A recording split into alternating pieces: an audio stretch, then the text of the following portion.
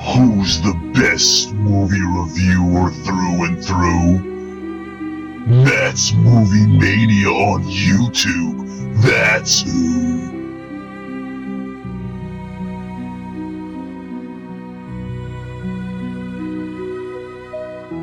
Why don't you stay a while and have your life reviewed?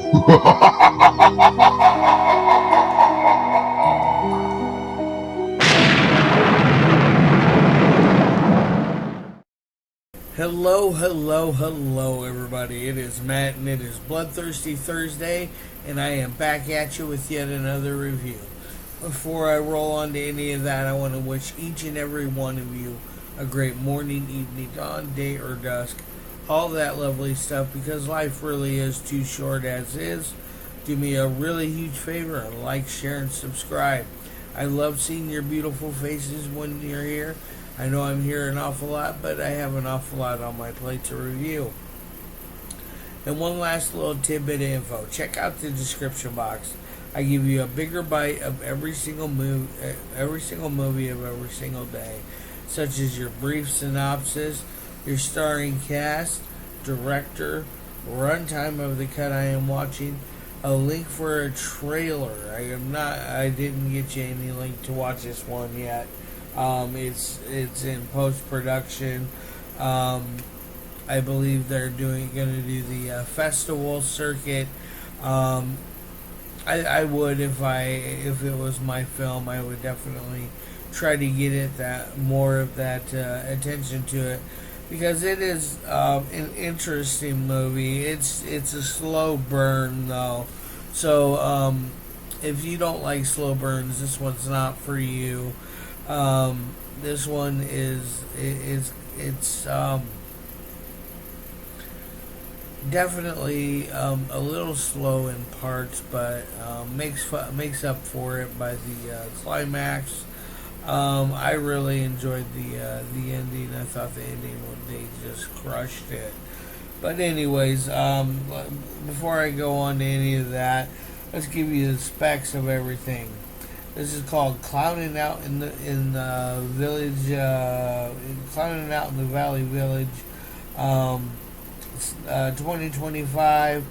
Let's see, 1 hour 10 minutes. Stars Joe Heck, Katie Mahard, Maxie Williams, Manazia Smith, Zachariah Axel, Rancini Lumagno, and Josden Thong. And this is directed by none other than Mark Hensley. This is the first thing I've seen anything from Mark.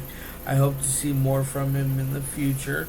I really enjoyed this movie. It's kind of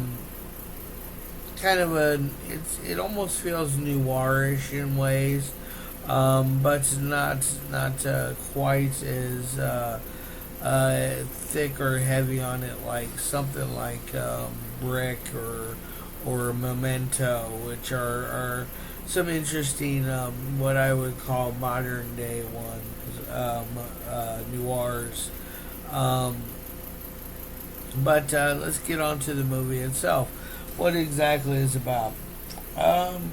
It's about a down on his luck clown who, like at the very beginning, he's at this clown gig, which you find out is his son's. His son is terrified and hates clowns. The ex-wife has nothing but negative and harsh things to say. Excuse me. Excuse me again. She's not a very nice person. Excuse me. My goodness. But she's not a very nice person to him. Really pushes the envelope on how parental rights should go, in my opinion. I feel like it should be a duo, even if you're divorced with that person, you're forever tied to that person with a child. So I feel like running away from it, skipping states and going as far away as possible not the answer to any of that, because they live in L.A. and she wants to go elsewhere. Now he eventually comes across some bad stuff. There's a girl that thinks he's there to kill her. He's let's see. It's kind of a lot of twists and turns in it. You find out more about this girl that he's there with. At one point, there's this really interesting scene where the girl shoots at our clown, misses completely, passes through the door and goes in through a wall of one of her neighbors. Her neighbor happens to be this badass girl with all this get up. She's got handguns with the holsters all on. Like one on her leg. I think she had like one on her chest or something like that, or one on her arm. I can't remember exactly, but she was a badass. She comes rolling in and happens to get control of the situation. Now it eventually moves on from that, and you find out more about our clown and our leading lady that is, I would say, interesting level of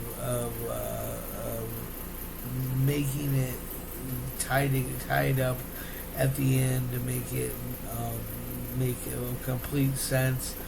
I feel like they did a good job with that. They definitely know what they're doing on a technical scale of filmmaking. They're very good at that. I really have no true complaints of this one. I think it's got a lot going on for it. Now let's roll on to my 3 things that I love my movies to meet. First and foremost is the audio. The audio is very clean.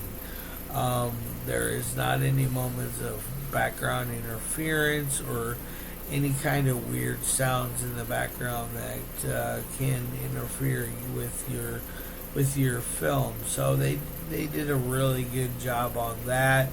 So I'm going to give it an A there. Now on to the dialogue. The dialogue is where it gets to the slow burn effect, because things are carried out in long scenes that kind of I don't want to say drag out, but they're a little longer than some of the scenes I would put in my film. But either way, this is not my baby. You can tell this has a lot of care and love in it. So I'm not going to really knock it any hardcore points, because I feel like they set out for one thing and they succeeded. And I really think the dialogue helped it out, even though it was such a slow burn. So I'm going to give it an A+ there. And then the third and final thing, which is always, I feel like, one of the hardest things to do about filmmaking, and that's editing. Editing can be one of the toughest things that you can do. I know that I personally have problems with it.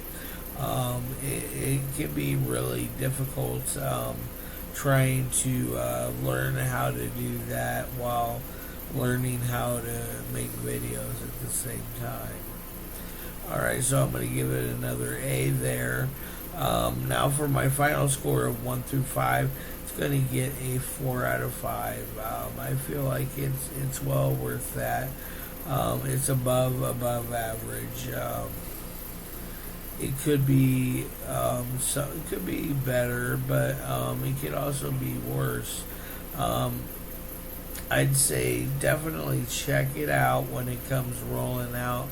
It'll probably either be a streaming type deal, I imagine, with this one.